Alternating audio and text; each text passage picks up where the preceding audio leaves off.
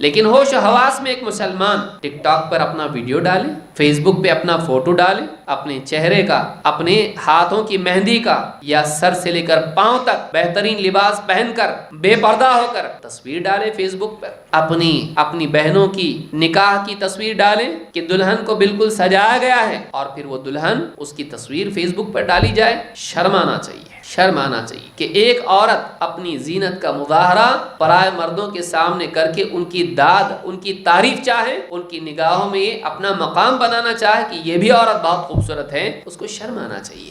مسلمان عورت بہت غیرت مند ہوتی ہے، وہ عزت دار ہوتی ہے، وہ شریف عورت ہوتی ہے، وہ کبھی پسند نہیں کرتی ہے کہ پرائے مرد اس کو دیکھیں، کبھی پسند نہیں کرتی ہے۔ جس عورت کو یہ چیز پسند ہے کہ پرائے مرد اس کو دیکھیں، اس میں زنا کا ایک حصہ ہے، اس کے مزاج میں زنا کا ایک حصہ ہے۔ اسی لیے اللہ کے نبی صلی اللہ علیہ وسلم فرماتے ہیں کہ جو کوئی عورت عطر لگا کے لوگوں کے سامنے سے گزرے اور وہ چاہتی ہو کہ لوگ پلٹ کے اس کو دیکھیں، فَهِيَ زَانِيَةٌ، وہ عورت زناکار ہے۔ اگرچہ وہ زنا نہیں کر رہی ہے، لیکن یہ چیز اس کا مزاج زنا والا مزاج ہے۔